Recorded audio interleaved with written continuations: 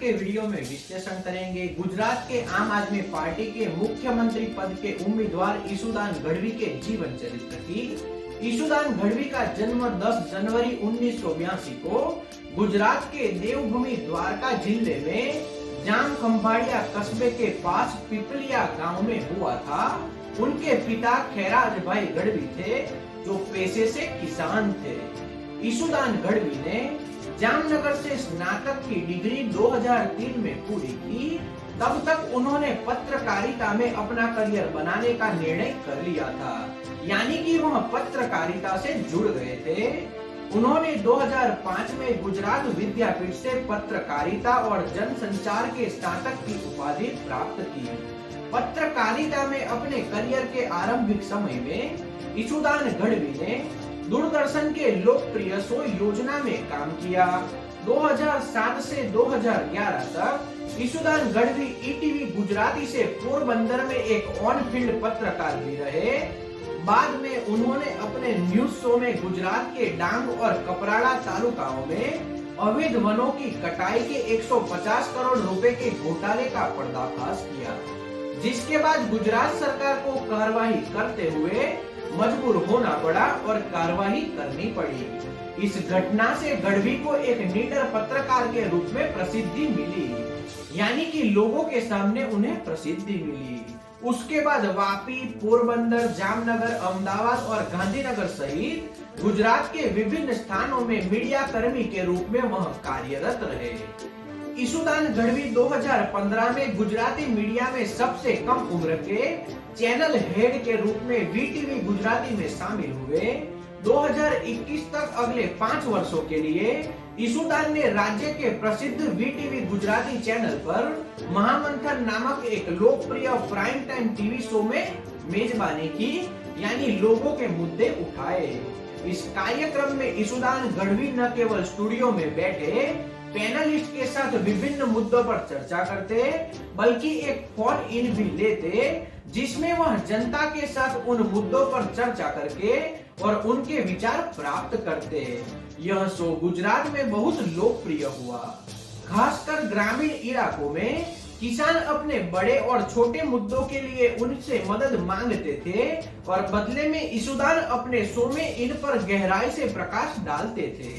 दर्शकों की बढ़ती संख्या और लोकप्रियता को देखते हुए शो की अवधि 1 से 1.5 घंटे तक बढ़ा दी गई, यानी शो जो पहले 1 घंटे का होता था उसे 1.5 घंटे का कर दिया गया। ईशुदान गढ़वी किसानों की समस्याओं को लेकर आक्रामक रहते थे। पशुपालकों की सरकार के खिलाफ हड़ताल में गढ़वी ने इनकी पूरी रूपरेखा तैयार की।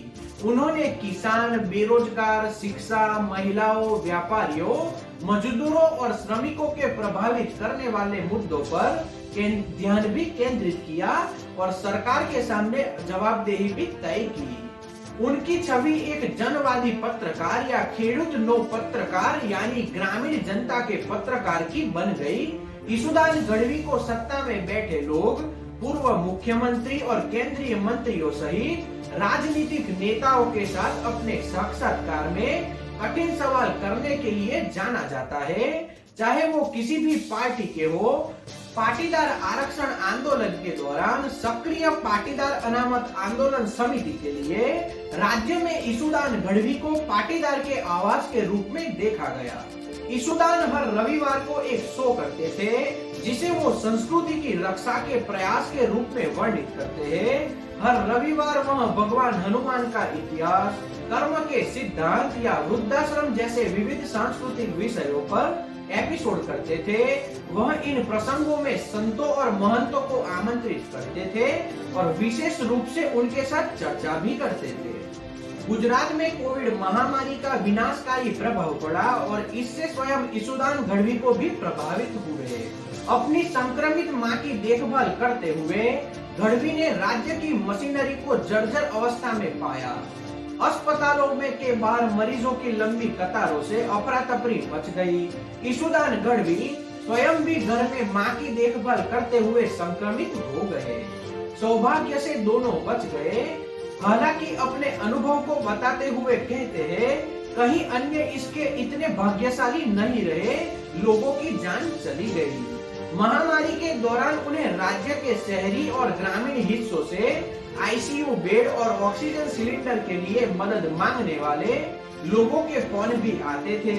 उन्होंने एक बार एक महिला को अस्पताल के बाहर अपने बेटे के शव को पकड़े रोते हुए देखा, जिसने सरकारी एम्बुलेंस द्वारा नहीं लाए जाने के कारण उसे प्रवेश की अनुमति नहीं दी गई, जबकि वे निजी वाहन से आए थे।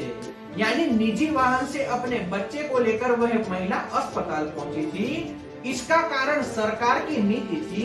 ईशुदान गढ़वी ने उस अधिकारी का पता लगाया जो एम्बुलेंस नियम के पीछे था और उसका मोबाइल नंबर सार्वजनिक कर दिया।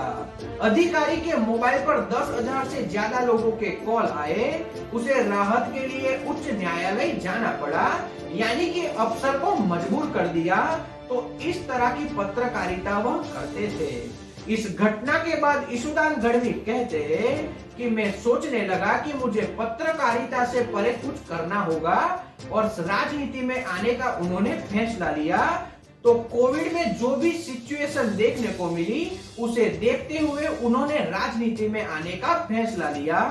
जून 2021 में अहमदाबाद में आम आदमी पार्टी के राज्य मुख्यालय की उद्घाटन पर ईशुदान गढ़वी अरविंद केजरीवाल की उपस्थिति में आम आदमी पार्टी में शामिल हुए। दिल्ली के मुख्यमंत्री अरविंद केजरीवाल ने ईशुदान गढ़वी के आम आदमी पार्टी में शामिल होने को गुजरात में गंदगी को साफ करने के लिए अपने पत्रकारिता के अहम कैरियर को त्याग देने को एक बड़ा बलिदान कहा। उन्होंने कहा, ईशुदान गढ़वी ने आपके लिए एक शानदार करियर छोड़ा है। आम नागरिक सिस्टम के बाहर से बदलाव ला सकता है, लेकिन इसकी एक सीमा होती है। इसलिए ईशुदान गढ़वी ने सिस्टम में शामिल होने और स्वयं गंदगी को साफ करने का फैसला किया और राजनीति में चले आए। गुजरात राज्य में ईशुदान गढ़वी की लोकप्रिय छवि के कारण और उनके आम आदमी पार्टी में शामिल होने को समर्थन हासिल करने के लिए एक बड़ा राजनीतिक कदम देखा गया। आम आदमी पार्टी के गुजरात के चुनाव प्रभारी गुलाब सिंह यादव ने टिप्पणी की, ईशुदान गढ़वी को शामिल हुए एक सप्ताह भी नहीं हुआ है और हमें पार्टी में शामिल होने की इच्छा व्यक्त करने वाले लोगों के लाखों फोन आ चुके हैं। इससे तुरंत बाद अरविंद केजरीवाल ने 2022 में गुजरात की सभी सीटों पर विधानसभा चुनाव लड़ने के लिए आम आदमी के पार्टी के फैसले की घोषणा की। यानी कि आम आदमी पार्टी गुजरात में 2022 में सभी सीटों पर चुनाव लड़ेगी, यह घोषणा की। आम नागरिकों के चयन प्रक्रिया के आधार पर 4 नवंबर 2022 को दिल्ली के मुख्यमंत्री और आम आदमी पार्टी के संयोजक अरविंद केजरीवाल ने ईशुदान गढ़वी को 2022 के गुजरात विधानसभा चुनाव के लिए आम आदमी पार्टी के मुख्यमंत्री उम्मीदवार के रूप में घोषित किया। तो यह है ईशुदान गढ़वी का जीवन चरित्र। इस तरह से ईशुदान गढ़वी अपने जन्म से लेकर अब तक पहले उन्होंने पत्रकारिता की और अब वह राजनीति में उतर चुके हैं और आम आदमी पार्टी के मुख्यमंत्री के चेहरे हैं। तो इस तरह से उनका जीवन चरित्र देखने को मिलता है। तो आज के विश्लेषण में इतना ही। अगर यह विश्लेषण आपको पसंद आया हो तो वीडियो को लाइक और शेयर करना और चैनल को सब्सक्राइब कर लेना, ताकि हमें इसी तरह से दूसरे वीडियो बनाने के लिए मोटिवेशन मिल सके। जय हिंद।